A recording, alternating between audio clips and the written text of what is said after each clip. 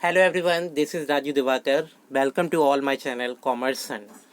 तो स्टूडेंट, आज के लेक्चर में हम डिस्कस करेंगे एक बहुत ही इंपॉर्टेंट टॉपिक जो आप सभी के लिए बहुत ही बेनिफिशियल होने वाला है, जो है NTA UGC net paper 1 strategy.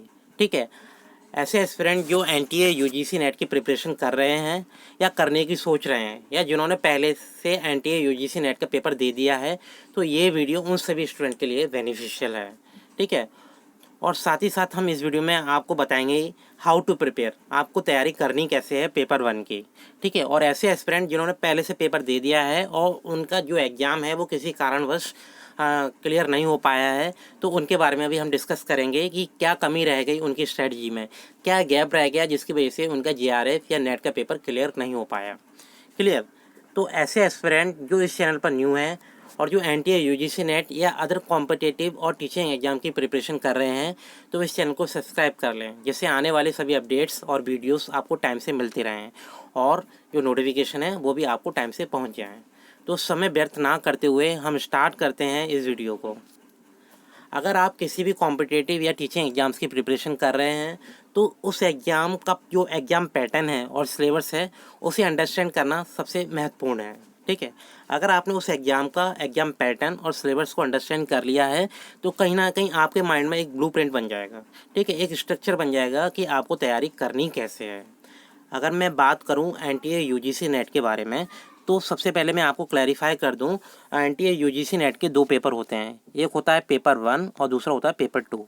Paper 1 जो है वो कॉमन पेपर है, सभी के लिए सेम है, चाहे वो कॉमर्स स्ट्रीम का हो, इंग्लिश स्ट्रीम का हो, हिंदी, हिस्ट्री, ज्योग्राफी, म्यूज़िक, किसी भी बैकग्राउंड का हो, उन सभी का पेपर जो पेपर 1 है उसका सिलेबस सेम है।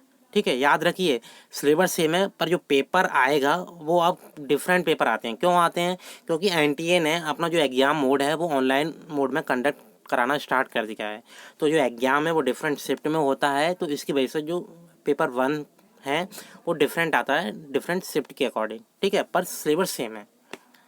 और जो साइंस के स्टूडेंट हैं उनका जो नेट का जो एग्ज़ाम है वो एनटीए अलग से कंडक्ट कराता है। ठीक है, तो जो साइंस के एस्पिरेंट हैं वो जानते हैं उसके बारे में। अगर मैं पेपर 2 की बात करूं, तो जो पेपर 2 है वो सब्जेक्ट स्पेसिफिक पेपर होता है। जस्ट एग्जांपल, अगर आप कॉमर्स स्ट्रीम के हैं तो आपको पेपर 2 कॉमर्स सब्जेक्ट से देना होगा। अगर आप मैनेजमेंट से हैं तो मैनेजमेंट से देना होगा। लिटरेचर से हैं, इंग्लिश लिटरेचर से या इंग्लिश से, तो इंग्लिश से देना होगा। हिस्ट्री से हैं तो हिस्ट्री से देना पड़ेगा। ज्योग्राफी से हैं तो ज्योग्राफी से देना पड़ेगा। मतलब जितने भी ह्यूमैनिटी सब्जेक्ट्स हैं उन सभी के लिए एनटीए यूजीसी नेट पेपर 1 और पेपर 2 होते हैं। ठीक है, तो पेपर 1 में कितने क्वेश्चन आते हैं और पेपर 2 में कितने क्वेश्चन आते हैं, तो मैं आपको ये क्लियर कर देता हूँ। पेपर 1 में जो टोटल नंबर ऑफ क्वेश्चन आते हैं वो आते हैं 50। ठीक है, और हर एक क्वेश्चन 2 मार्क्स का होता है। तो पेपर 1 में जो टोटल क्वेश्चन आएंगे 50 आएंगे और हर एक क्वेश्चन होगा 2 मार्क्स का। तो इक्वल करके अगर आप देखो तो ये होता है 100, तो मतलब पेपर 1 100 मार्क्स का होगा। ठीक है, और इसका जो सिलेबस है वो जनरल है, कॉमन है सभी के लिए, जिसमें टोटल 10 यूनिट्स आती हैं। ठीक है, 10 यूनिट्स आती हैं, और 10 यूनिट्स में जो कॉमन यूनिट्स हैं, जैसा कि मैं आपको बता दूं, जैसे टीचिंग एप्टीट्यूड होता है, रिसर्च एप्टीट्यूड होता है, रीडिंग कॉम्प्रहेंशन होता है, कम्युनिकेशन है, आईसीटी है, हायर एजुकेशन है, एनवायरनमेंट है, रीजनिंग एंड मैथमेटिकल कैलकुलेशन से रिलेटेड क्वेश्चन आते हैं, डेटा इंटरप्रिटेशन से रिलेटेड क्वेश्चन आते हैं। तो ये पेपर 1 में टोटल 10 यूनिट्स आती हैं। ठीक है, और ये सिलेबस सभी के लिए कॉमन है। तो आपको क्लियर हो गया होगा, पेपर 1 में टोटल नंबर ऑफ क्वेश्चन 50 आते हैं, एक क्वेश्चन 2 नंबर का होता है। ठीक है, और पेपर 100 मार्क्स का होता है, और इसमें किसी भी तरीके की कोई भी नेगेटिव मार्किंग नहीं है। क्लियर। और दूसरा, अगर मैं पेपर 2 की बात करूं, तो पेपर 2 की अगर बात करते हैं, तो पेपर 2 में टोटल नंबर ऑफ जो क्वेश्चन आएंगे वो टोटल नंबर ऑफ क्वेश्चन आते हैं 100। ठीक है, और एक क्वेश्चन होता है 2 मार्क्स का, तो टोटल नंबर ऑफ क्वेश्चन 100 और एक क्वेश्चन हो गया 2 नंबर का, तो टोटल ये हुए 200। तो पेपर 2 जो होगा आपका 200 मार्क्स का होगा। क्लियर। और इसका जो सिलेबस होगा वो आपके सब्जेक्ट पर डिपेंड करेगा, जो आपका मास्टर डिग्री में सब्जेक्ट होगा। जस्ट एग्जांपल, अगर आप कॉमर्स से हैं तो आपकी मास्टर डिग्री होगी एमकॉम की, तो एमकॉम लेवल का और ग्रेजुएशन लेवल का जो आपने सिलेबस पढ़ा होगा उसी से रिलेटेड क्वेश्चन पूछे जाते हैं। क्लियर। और जो टाइम ड्यूरेशन होता है इसमें टोटल 3 घंटे मिलते हैं, जिसमें आपको पेपर 1 और पेपर 2 दोनों सॉल्व करने होते हैं। क्लियर। और ये 3 घंटे लगातार मिलते हैं और ये डिपेंड करता है आपकी चॉइस पर। आप पेपर 1 को पहले सॉल्व करते हैं, पेपर 2 को भी पहले सॉल्व कर सकते हैं, depends on your ability and capabilities कि आप किसको ज़्यादा प्रेफरेंस देते हैं। पर टोटल 3 घंटे में आपको 300 क्वेश्चन सॉल्व करने होंगे। क्लियर?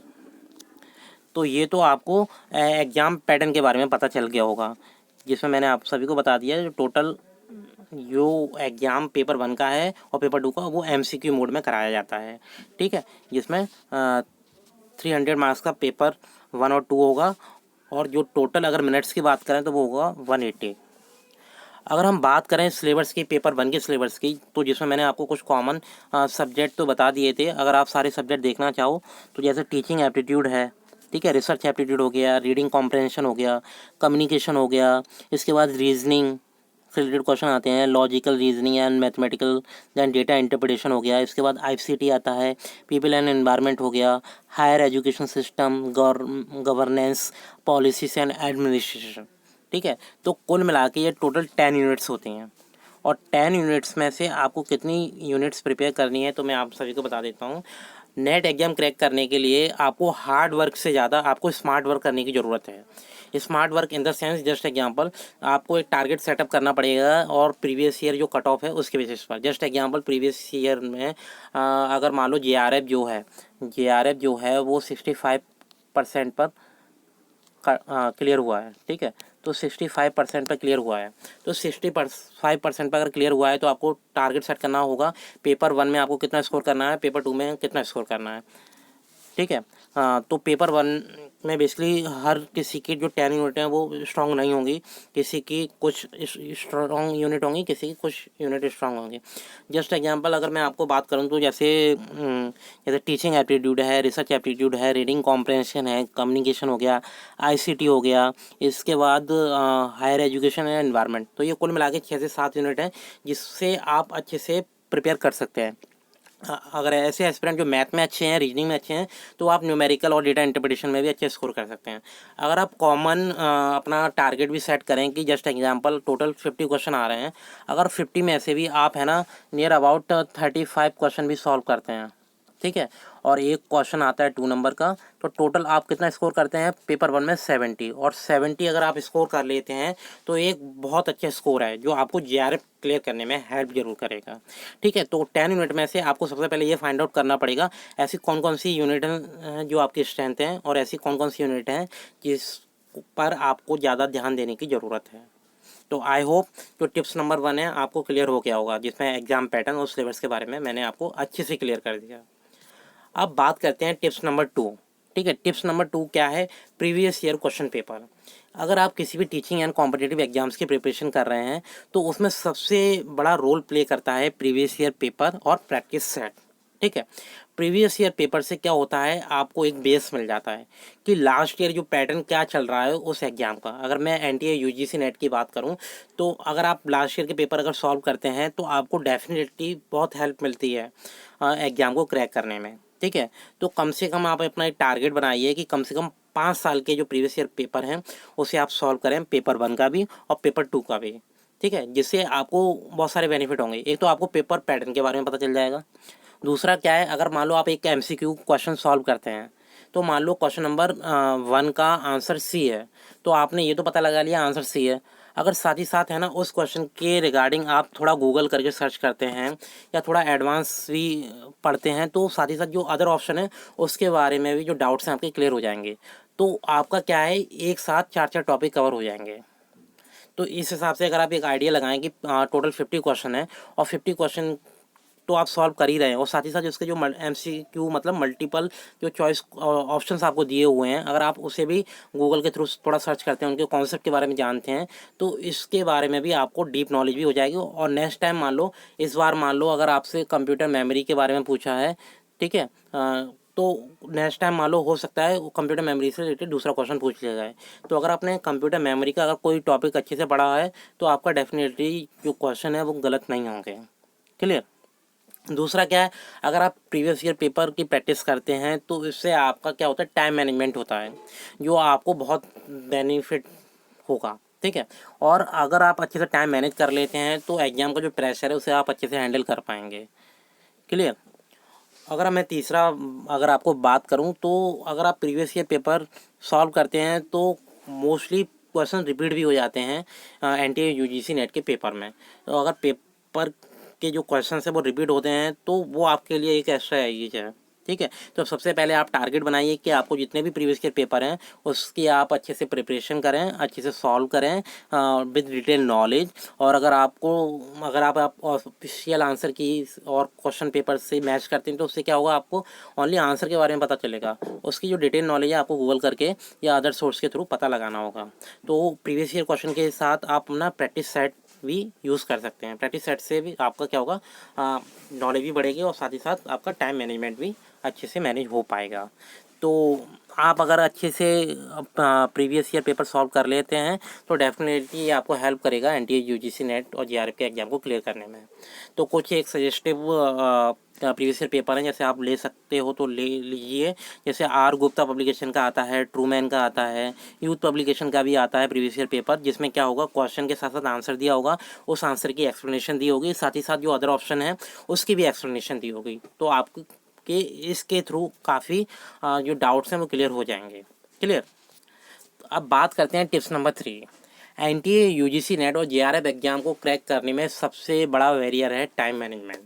ऐसे एस्पिरेंट जो प्रीवियस ईयर पेपर या मॉक टेस्ट नहीं देते हैं तो उनको एग्जाम के टाइम पर एग्जाम प्रेशर का वर्कलोड झेलना पड़ता है। ठीक है, और वो टाइम को मैनेज नहीं कर पाते हैं, जिसकी वजह से उनके काफ़ी क्वेश्चन जो हैं वो छूट जाते हैं और वो अपना पूरा पेपर कंप्लीट नहीं कर पाते हैं। तो याद रखिए, आपको टाइम मैनेजमेंट का जो एस्पेक्ट है उसे ध्यान रखना बहुत ही आवश्यक है। ठीक है, टाइम मैनेजमेंट आपके एग्जाम से रिलेटेड हो सकता है, आपके शेड्यूल से रिलेटेड होता है। जस्ट एग्जांपल, अगर आप प्रिपरेशन कर रहे हैं तो ये आपको पहले से डिसाइड करना होगा पेपर 1 पे आपको कितना टाइम देना है और पेपर 2 पर आपको कितना टाइम देना है। ठीक है, अगर मान लो आपको पेपर 2 स्ट्रांग है और पेपर 1 वीक है तो पेपर 1 पर आपको ज़्यादा टाइम देना होगा और पेपर 2 पर भी आपको टाइम देना पड़ेगा, क्योंकि प्रैक्टिस आपको हेल्प करेगी इस एग्ज़ाम को क्रैक करने में। क्लियर।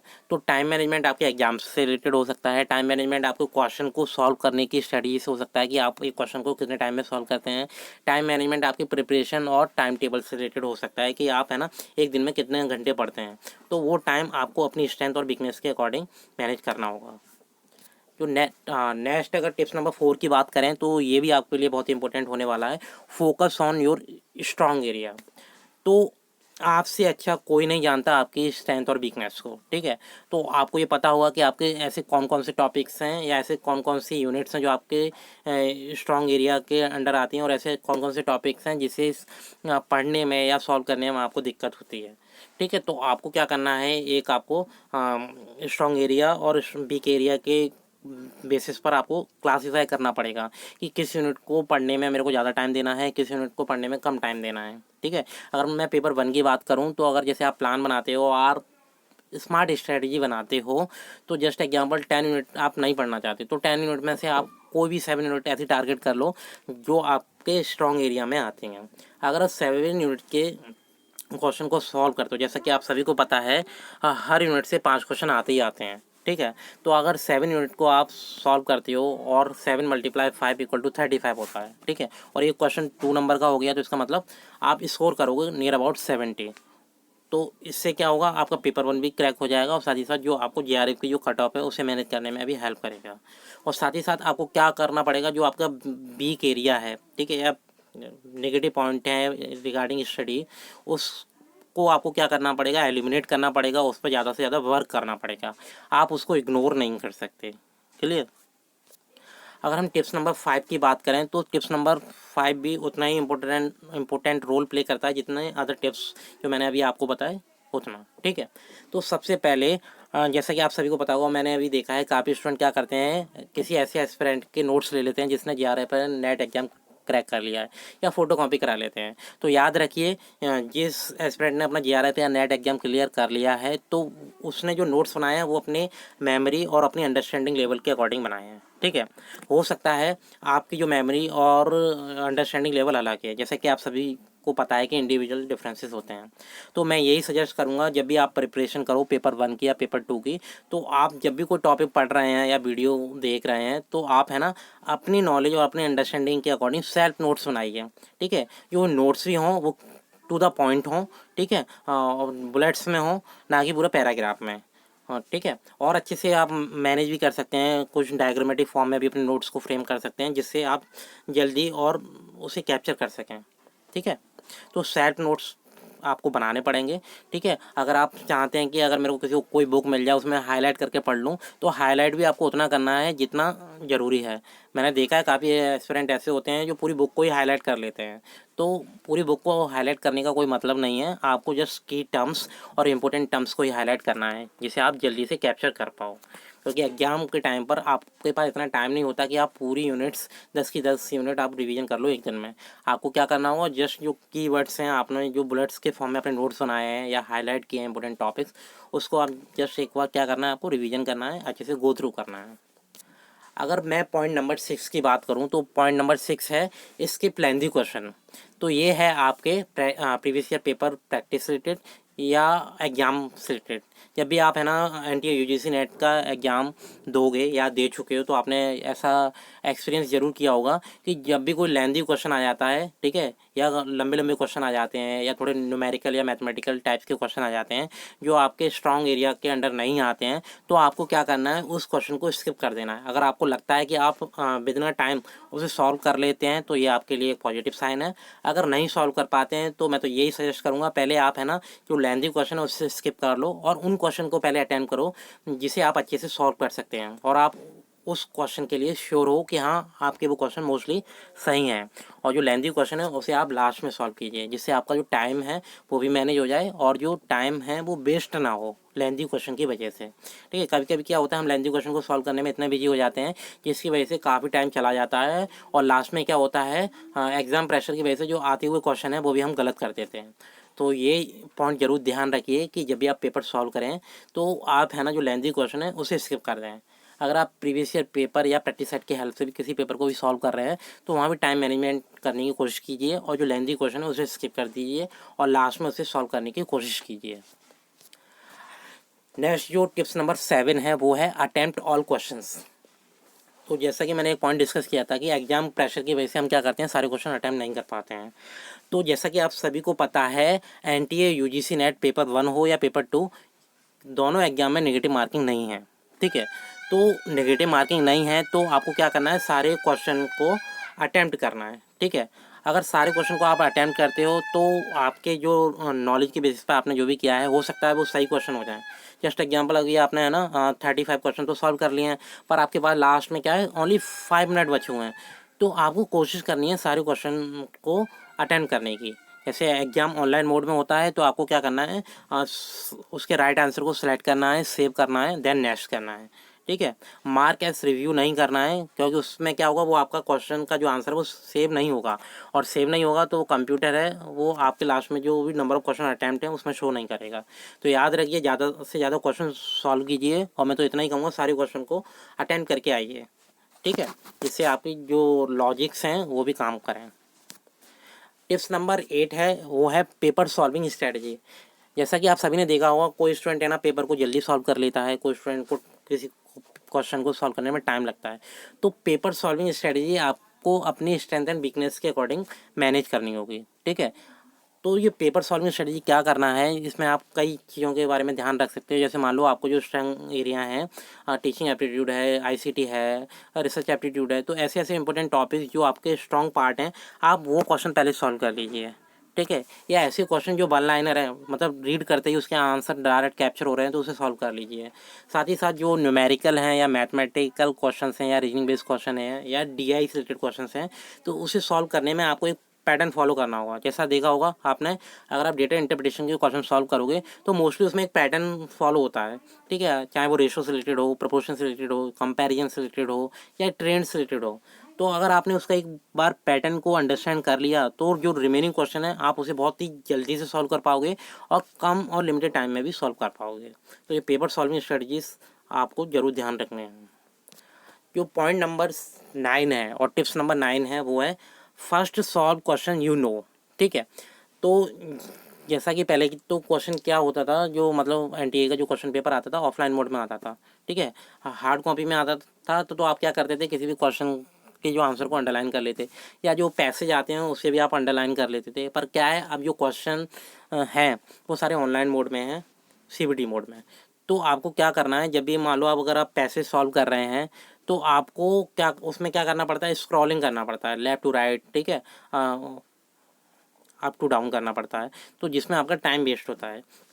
तो इसमें सबसे पहले आपको वही क्वेश्चन सॉल्व करना है जिसके बारे में आप 100% श्योर हो।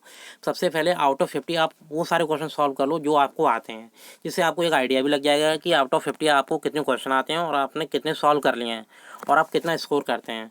ठीक है, जस्ट एग्जाम्पल, आप वो क्वेश्चन सॉल्व कर लिया आपने, मान लो 30 क्वेश्चन सॉल्व कर लिए और आप 100% श्योर हो कि 30 में से आपको 25 नंबर आ जाएंगे। तो इससे क्या होगा, एक पॉजिटिविटी डेवलप होती है, ठीक है, एग्जाम इन्वायरमेंट के टाइम पर। तो जो एग्ज़ाम प्रेशर है उसे भी आप अच्छे से मैनेज कर पाते हो उस पॉजिटिविटी के वजह से। क्लियर। तो जो रिमेनिंग क्वेश्चन जो आपको नहीं आते हैं तो उसमें भी आपके अच्छे से लॉजिक्स काम करते हैं। जो आपकी प्रॉब्लम सॉल्विंग एबिलिटी है वो भी अच्छे से वर्क कर पाती है, अगर आप है ना इस तरीके से मैनेज करते हैं। वो क्वेश्चन पहले सॉल्व कर लेते हैं जो आपको आते हैं। अगर मान लो आपने ऐसे क्वेश्चन पर ज़्यादा टाइम दे दिया जो आपको नहीं आता है, तो इसकी वजह से जो क्वेश्चन आपको आता है वो भी गलत हो जाएगा और जो नहीं आता उसे भी आप अच्छे से सॉल्व नहीं कर पाएंगे। तो जो लास्ट जो टिप्स है आपके लिए, ठीक है, तो वो टिप्स है आपके लिए, स्टडी योर मिस्टेक। बेसिकली आप सभी ने देखा होगा, जब भी हम एग्जाम की प्रिपरेशन करते हैं या मॉक टेस्ट देते हैं या प्रीवियस ईयर क्वेश्चन सॉल्व करते हैं, तो हम क्या करते हैं, डायरेक्ट क्वेश्चन नंबर 1 का आंसर सी है तो हमने ये देख लिया क्वेश्चन नंबर 1 का आंसर सी है, ये इतना देख लिया, ठीक है। पर जो उसके ऑल्टरनेटिव ऑप्शन है उसके बारे में तो हमने स्टडी नहीं किया, तो उसके बारे में भी हमें स्टडी करना होगा। जब भी आप प्रीवियस ईयर पेपर सॉल्व करें तो अपने पास एक A4 साइज पेपर रख लें या नोटबुक रख लें, उसमें आप वो सभी टॉपिक को नोट डाउन कर लें जिसके बारे में आप अवेयर नहीं हैं या आपके लिए वो टर्म्स न्यू हैं। तो उन पॉइंट को नोट डाउन कर लें और बाद में वो गूगल करके आप उसके बारे में जानें। जिससे क्या होगा, नेक्स्ट टाइम मान लो उससे रिलेटेड जो भी क्वेश्चन अगर एग्जाम में पूछा जाता है तो वो क्वेश्चन आप सॉल्व कर पाओगे, ठीक है।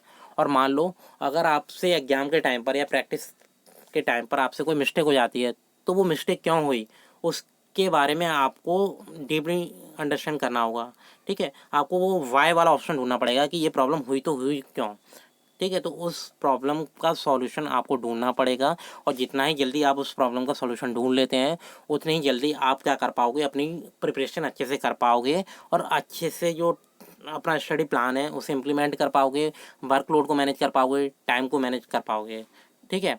तो आई होप स्टूडेंट जितने भी इंपॉर्टेंट टिप्स मैंने आप सभी को बताए थे for paper 1 strategy how to prepare, जो हमारा आज का टॉपिक था, तो आपको क्लियर हो गया होगा। अगर आप बिगनर्स हैं तो डेफिनेटली ये आपके लिए बहुत ही नया और कुछ इम्पोर्टेंट होगा।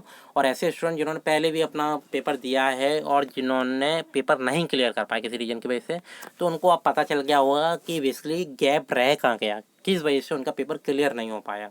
तो कहीं ना कहीं मोस्टली प्रॉब्लम यही रहती है कि टाइम मैनेजमेंट नहीं हो पाया, ठीक है, या आपने ऐसे क्वेश्चन पर ज़्यादा टाइम दे दिया जो आपको आता नहीं था और जो आते थे उस तो वो भी गलत हो गए, ठीक है।